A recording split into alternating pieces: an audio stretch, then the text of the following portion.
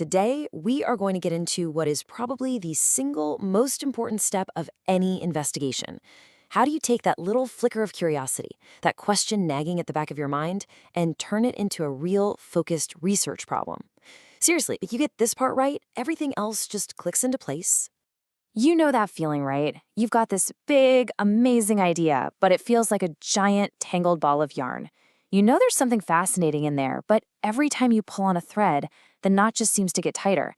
It can feel totally overwhelming. Well, here's the secret. The goal isn't to untangle that whole mess at once. Nope. It's about finding the one right thread to pull. And that thread?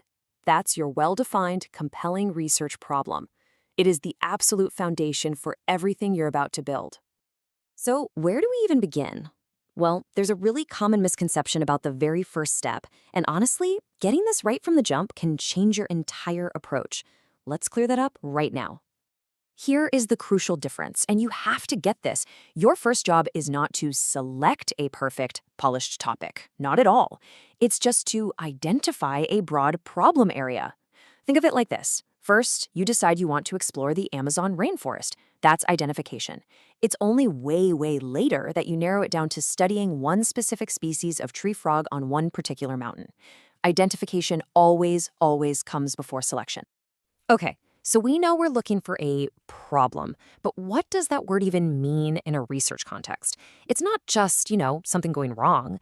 The definition has actually gotten more and more precise over time.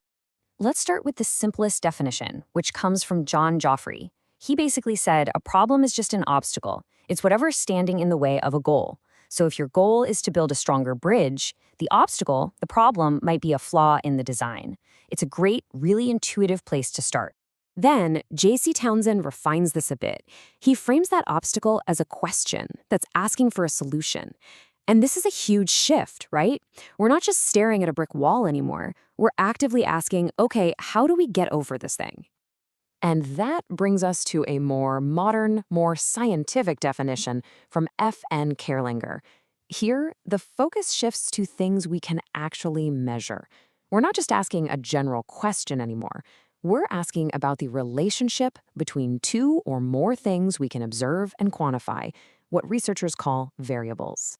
So let's just pull all of that together. A research problem is basically a gap in what we know, a situation that needs to be made better, or a really troubling question that demands we investigate it in a systematic way. You see, it's not just any puzzle. It's a puzzle that is truly worth solving. This is the target we're aiming for. Now, that all sounds great in theory, but where do you actually find these things out in the real world? Where do you even start looking? The good news is they're everywhere. You just have to know where to look. Seriously, these problems can pop up from anywhere. It could be from your daily work, where you see a process that's just totally inefficient. Or maybe you're reading something and notice a huge gap in the argument. They come from late-night conversations with colleagues, or just from watching how much technology is changing our lives. The key is just to stay curious and keep your eyes wide open. Okay, but hold on. Not every problem is a good research problem. Once you think you've spotted one, you have to vet it. You've got to ask yourself some really tough questions to make sure you're picking a fight that you can actually win. First off, is it researchable? And what that really means is, can you collect data to answer it? A question like, what is the meaning of life? It's profound, sure, but it's not researchable. But a question like, does daily meditation reduce reported stress levels? Now that is something you can investigate.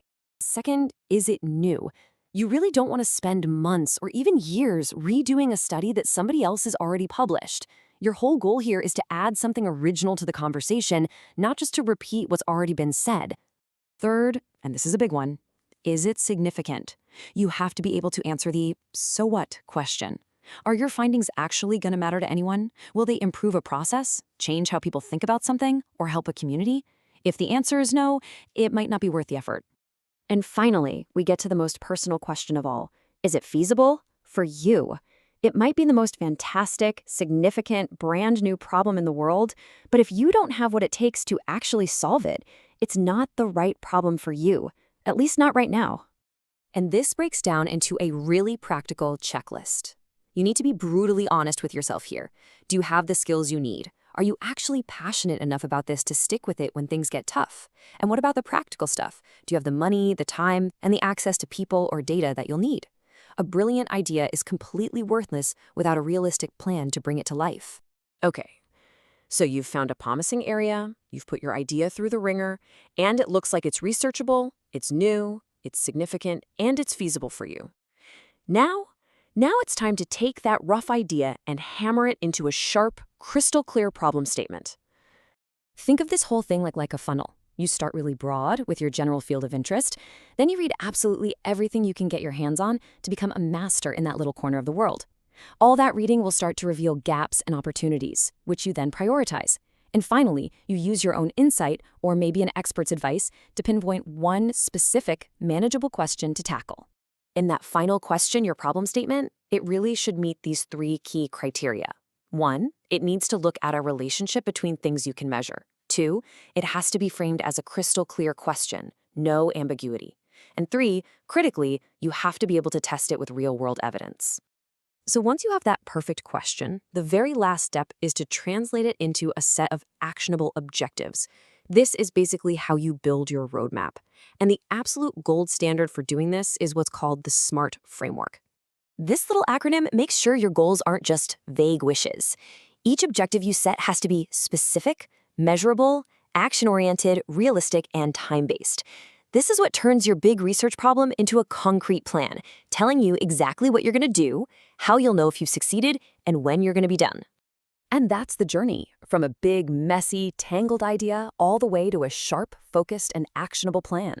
You now have the entire framework for finding and formulating a powerful research problem. So I guess the only question left is, what troubling gap in our knowledge are you going to be the one to answer?